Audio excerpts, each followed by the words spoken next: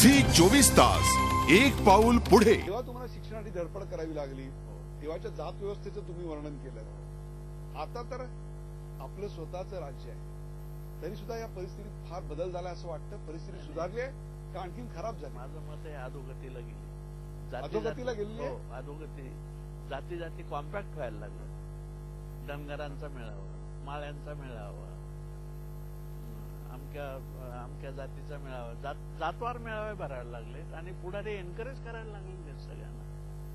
मला चांगलं आठवतं की गेल्या जवळजवळ 7-8 वर्ष झाले मराठा समाजाचा म्हणून मेळावा औरंगाबादला, ते पुढारी मी नाव विसरलो त्यांचं, ते मला त्याला ऍड्रेस करायला या म्हणून. मी म्हटलं मी येणार नाही, मला हे जाती भीती हे मान्यच नाही. म्हटलं मी मानवतेवर विश्वास ठेवणार आहे. मानवते हा तिथून एक आणि तोच मानव सगळा. आणि तुम्ही हे कशासाठी वेगवेगळे हे करताय?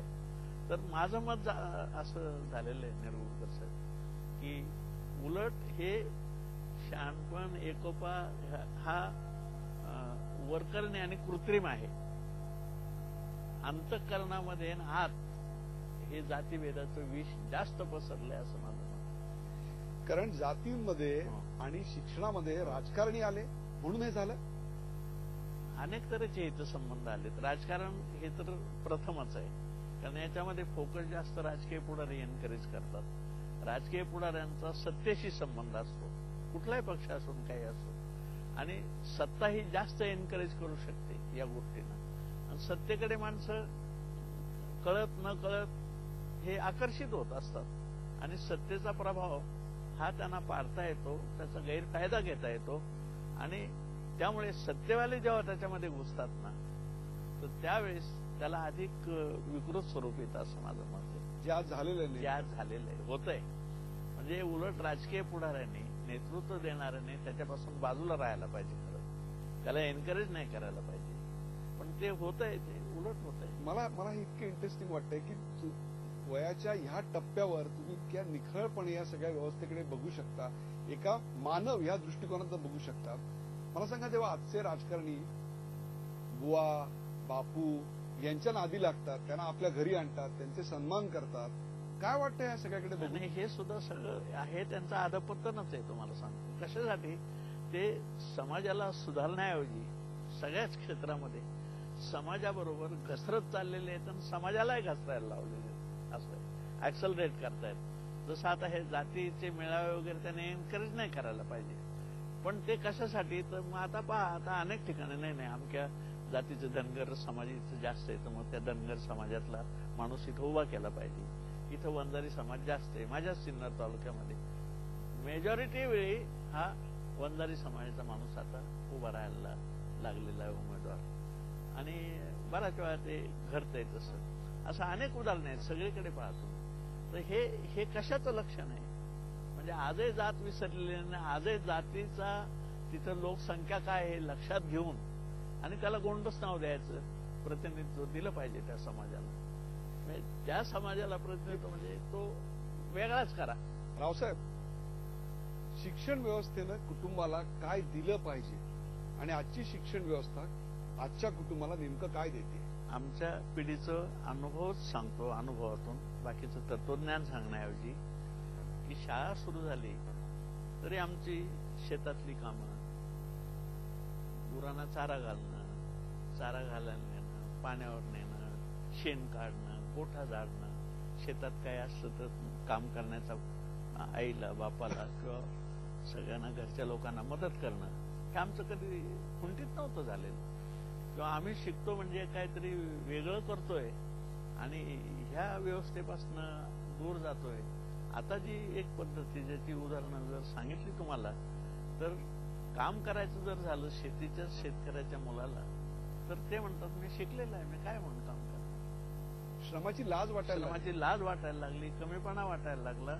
याची खूप उदाहरणं आहेत माझ्याकडे, ती सगळी उदाहरणं सांगत. हलकं काम श्रेष्ठ काम, म्हणजे कारकुनी करणं श्रेष्ठ, आणि कुठेतरी दूध काढणं, गाईचं म्हशीचं दूध काढणं, कुठेतरी शिपाई होणं सुद्धा श्रेष्ठ, पण शेतात काम किंवा हे श्रमाचं काम म्हटलं की ते कमी. आता मला पहिल्या वेळेस जेव्हा घरून बाहेर काढलं शिक्षणासाठी, 4थी पर्यंत संपलं, मग सुरुवातीला मला 5वीत मराठी 5वीत ठेवलं वडिलांनी. आत्याच्या गावाला ठेवलं. देवठाण म्हणून गाव आहे, आदिवासींचं खूप आहे तिथं, आदिवासी वगैरे. ज्या गावाला मी शामराव परुळेकडून गुजुताई परुळेकरांना पुढे भूमिगत चळवळीत आणलं होतं, ठाकरांच्या आदिवासींच्या वाड्यामध्ये भूमिगत त्याच्यात. आपण त्या चळवळीशी बोलणार आहोत. हा, तर तिथं मी पहिल्यांदा सकाळी उठलं की पहिलं काम काय असायचं लवकर, की गुरांचं शेण काढायचं. 15-20 गायी असायच्या माझ्या आत्याच्या मामांच्या, त्यांचा गोठा झाडायचा आणि त्यांची दाखं म्हणजे असं ते पडलेला चारा असायचा, तो किल्ल्यातच टाकायचा, तो उचलायचा.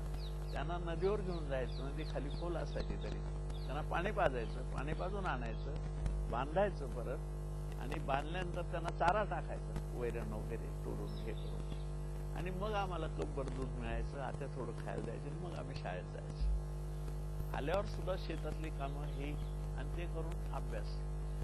हा कामाचा संबंध आहे. नाशिकला गेलो मी पुढे, तिथं सुद्धा कामाचा संबंध नाही, दुधाचे रतीब घालायला जायचं मामांच्याकडे. आमच्या तुम्हाला कुठे कमीपणा नाही वाटला? काहीच नाही वाटलं.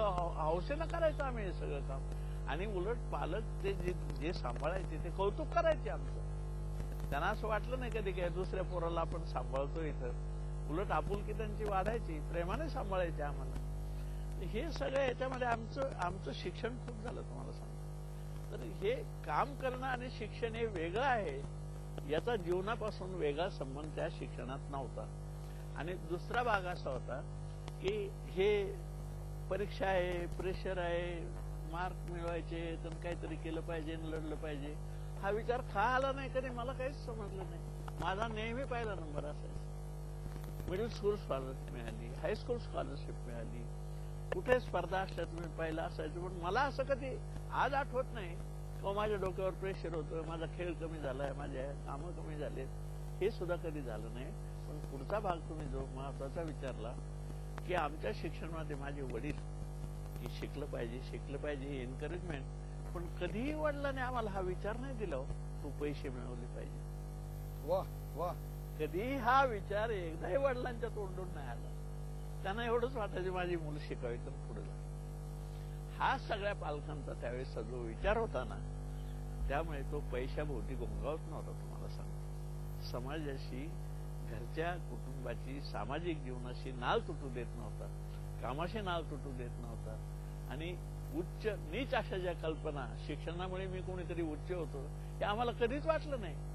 वा, मी आता वकिली करायला लागलो, एवढी इथं प्रतिष्ठितपणा आहे थोडा, तरी मी कधी प्रश्न आला तर मी गोठा झाडायचं, हे करायचं.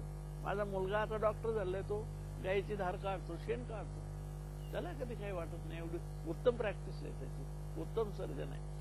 पण हे काय झालं पुढे शिक्षणाचं, की पालकांनी आणि ह्या शिक्षण पद्धतीने, एक तर मला कळत नाही, एक बरं का मला हा माझा अज्ञानाचा भाग असेल का, सारखं त्या मुलाला त्या शिक्षणात अभ्यास अभ्यास अभ्यास, तो अभ्यास झाला का हा क्लास, तो क्लास, तो क्लास.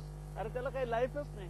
तो व्यायाम कुठं करणार, तो वाचन कुठं करणार, घरचं काही काम असतं तर मदत कुठं करणार, आणि त्याचं व्यक्तिमत्व कसं घडवणार, त्याचे संस्कार कधी होणार, आणि संस्कार कधी होणार चांगले. झी 24 तास, एक पाऊल पुढे.